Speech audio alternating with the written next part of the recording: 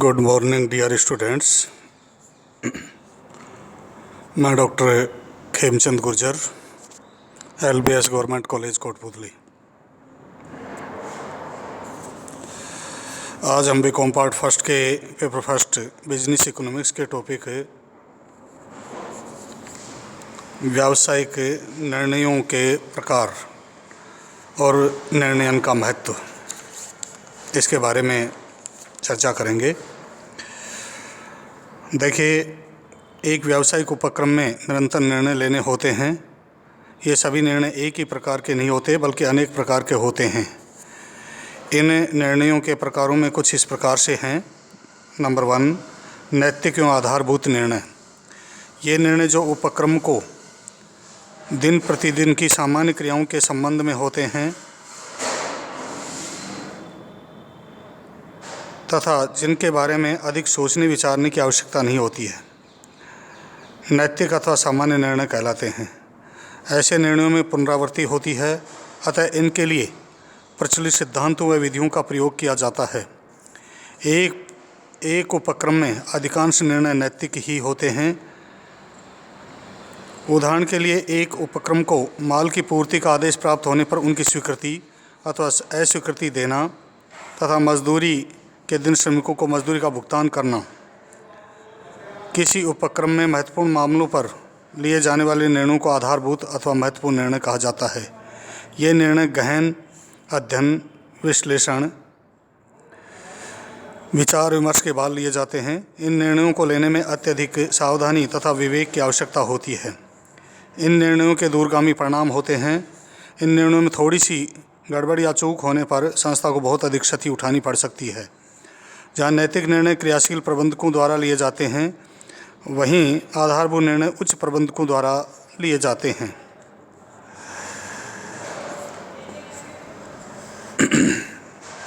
आधारभूत निर्णयों के कुछ उदाहरण इस प्रकार से हैं, जैसे संस्था द्वारा किसी नई परियोजना के प्रारंभ करने के संबंध में निर्णय, कुछ वर्तमान उत्पादों अथवा वस्तुओं के उत्पादन को बंद करना, कुछ नई वस्तुओं के उत्पादन को प्रारंभ करना, वस्तु के मूल्यों में कमी अथवा वृद्धि का निर्णय करना आदि।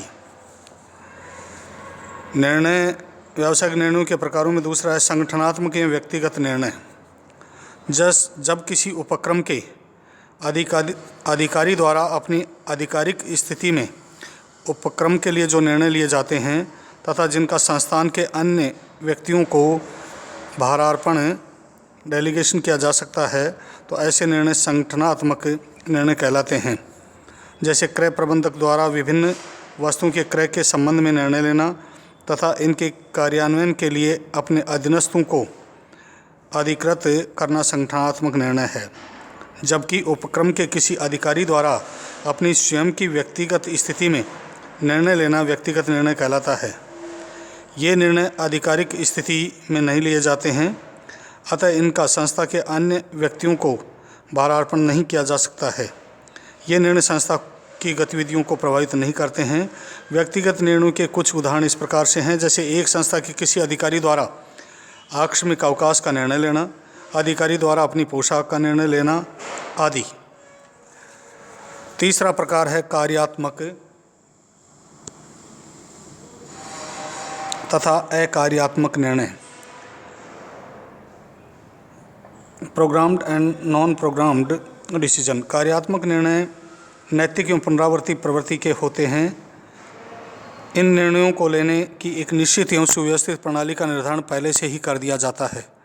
उदाहरण के लिए, मजदूरों की साप्ताहिक अथवा मासिक मजदूरी का भुगतान। इसके विपरीत अकार्यात्मक निर्णय अनुपम, अनोखे एवं बेजोड़ प्रकृति के होते हैं तथा किसी विशेष परिस्थिति के उत्पन्न होने पर लिए जाते हैं। इन निर्णयों में लेने की प्रणाली पूर्व निर्धारित नहीं होती है। ये निर्णय ऐसी समस्या से संबंधित होते हैं जो संस्था में पहले कभी उत्पन्न नहीं हुई हो, अतः यह निर्णय समस्या के गहन अध्ययन अथवा विश्लेषण के बाद लिए जाते हैं। उदाहरण के लिए, किसी नवीन उन्नत संयंत्र की स्थापना का निर्णय एक कार्यात्मक निर्णय कहलाएगा। नेक्स्ट है नीति संबंधी निर्णय एवं परिचालन संबंधी निर्णय। एक संस्था में उच्च प्रबंधकों द्वारा लिए जाने वाले उन निर्णयों को नीति संबंधी निर्णय कहते हैं जो संपूर्ण संस्था को प्रभावित करते हैं। कर्मचारियों को बोनस देने के संबंध में निर्णय, कर्मचारियों को मौद्रिक तथा अमौद्रिक प्रोत्साहन से संबंधित निर्णय तथा संस्थान के वित्तीय ढांचे के संबंध में निर्णय नीति संबंधी निर्णयों के उदाहरण हैं। परिचालन अथवा क्रियात्मक निर्णय वे निर्णय होते हैं जो नीति संबंधी निर्णयों को क्रियान्वित करने के लिए निम्न स्तरीय प्रबंधकों द्वारा लिए जाते हैं। इन्हें प्रशासनिक निर्णय अथवा चालू निर्णय भी कहते हैं। उदाहरण के लिए उच्च प्रबंधक ने कर्मचारियों को निश्चित दर से बोनस देने का नीति संबंधी निर्णय ले लिया। अब निम्न स्तरीय प्रबंधक व्यक्तिगत कर्मचारियों के बोनस की गणना कर उसे वितरित करने के संबंध में जो निर्णय लेते हैं वे परिचालन संबंधी निर्णय होते हैं। नेक्स्ट प्रकार है उपक्रम के निर्णय, अंतर्विभागीय निर्णय और विभागीय निर्णय। प्रबंध के स्तर तथा व्यावहारिक दृष्टि से निर्णय 3 प्रकार के हो सकते हैं: उपक्रम, अंतर्विभागीय तथा विभागीय निर्णय। ये निर्णय जो शीर्ष प्रबंध अथवा उच्च प्रबंध द्वारा लिए जाते हैं तथा संपूर्ण उपक्रम को प्रभावित करते हैं तथा जिनका पालन करना संगठन के सभी स्तर के कर्मचारियों का कर्तव्य एवं दायित्व होता है, उपक्रम के निर्णय होते हैं। ये निर्णय उपक्रम के उद्देश्यों, नीतियों तथा नियोजन से संबंधित होते हैं। वे निर्णय जो अनेक विभागों के अध्यक्षों द्वारा विचार विमर्श के बाद संयुक्त रूप से लिए जाते हैं, अंतर्विभागीय निर्णय कहलाते हैं। ये निर्णय संस्था के विभिन्न विभागों में एकरूपता एवं समन्वय स्थापित करने के उद्देश्य से लिए जाते हैं। विभागीय संस्था के विभिन्न विभागों की पारस्परिक निर्भरता के कारण अधिक महत्वपूर्ण होते हैं। किसी एक विभाग के अध्यक्ष द्वारा अपने विभाग के संबंध में जो निर्णय लिए जाते हैं उन्हें विभागीय निर्णय कहते हैं। उदाहरण के लिए उत्पादन प्रबंधक द्वारा उत्पादन विभाग के विभिन्न कर्मचारियों के मध्य कार्य विभाजन के संबंध में लिए गए निर्णय विभागीय निर्णय कहलाएंगे। अब निर्णयों के प्रकार के बाद हम बात करते हैं निर्णयन का महत्व, इम्पोर्टेंस ऑफ डिसीजन मेकिंग। सभी व्यावसायिक उपक्रमों में, चाहे वे छोटे हों अथवा बड़े, प्रबंधकों को इनके कुशलतापूर्वक संचालन के लिए विभिन्न कार्य करने होते हैं। प्रबंधक जो कुछ भी कार्य करते हैं वे निर्णयन के द्वारा ही करते हैं। अतः निर्णयन प्रबंध का सबसे महत्वपूर्ण कार्य होता है। एक उपक्रम की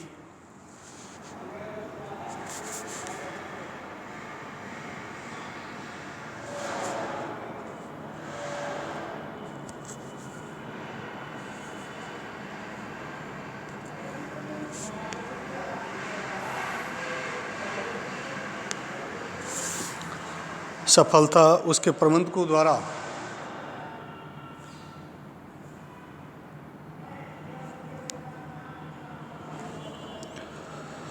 किए गए निर्णयों की कुशलता पर निर्भर करती है।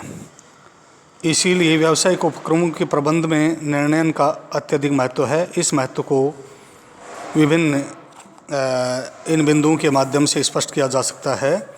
नंबर 1, उपक्रम की नीतियों का निर्धारण।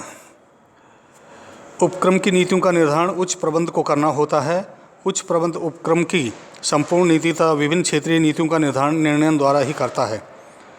उपक्रम की स्थापना निश्चित उद्देश्य अथवा उद्देश्यों के लिए की जाती है। उनकी प्राप्ति के लिए विस्तृत विवरण तैयार करने होते हैं और उन विवरणों के आधार पर उपक्रम की नीतियों का निर्माण करना होता है।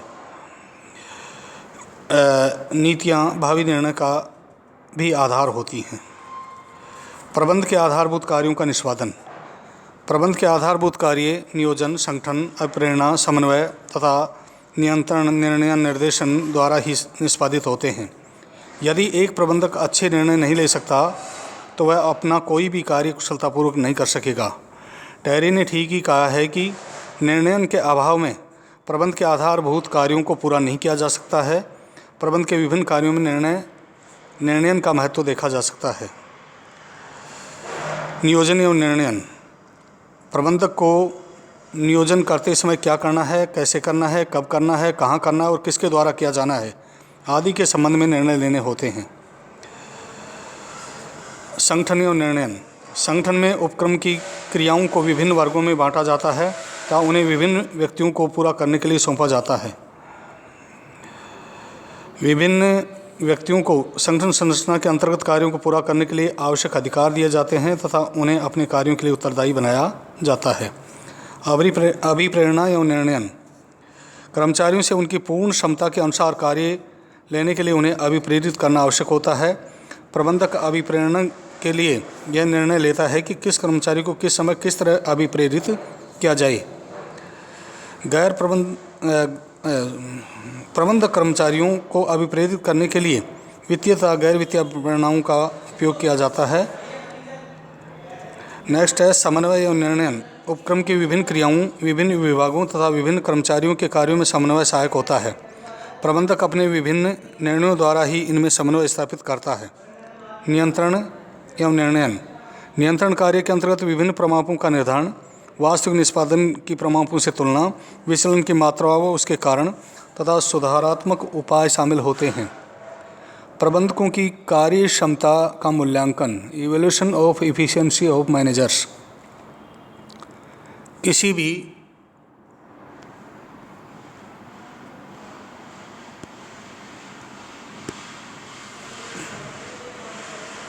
उपक्रम के प्रबंधकों की कार्य क्षमता अथवा कुशलता को उनके द्वारा लिए गए निर्णयों से मापा जा सकता है। सामान्यतः कुशल प्रबंधक अच्छे निर्णय लेते हैं तथा अकुशल प्रबंधक घटिया निर्णय। उपक्रम का सफल संचालन। जिस उपक्रम के प्रबंधक प्रभावी निर्णय लेने वाले हैं वह उपक्रम बगैर बाधा के आगे बढ़ता है। जिस उपक्रम के प्रबंधक निर्णय नहीं ले पाते हैं तथा त्रुटिपूर्ण निर्णय लेते हैं वह उपक्रम अकुशल बन जाता है तथा अंत में उसका पतन या वह समाप्त हो जाता है। इस विश्लेषण से स्पष्ट होता है कि प्रत्येक उपक्रम में निर्णय अत्यधिक महत्वपूर्ण कार्य है तथा उपक्रम की सफलता निर्णयों की सफलता पर निर्भर करती है। आज हम इतना ही लेते हैं। अगले व्याख्यान में हम निर्णय के सिद्धांत लेंगे। इसी के साथ आप सभी को बहुत बहुत धन्यवाद।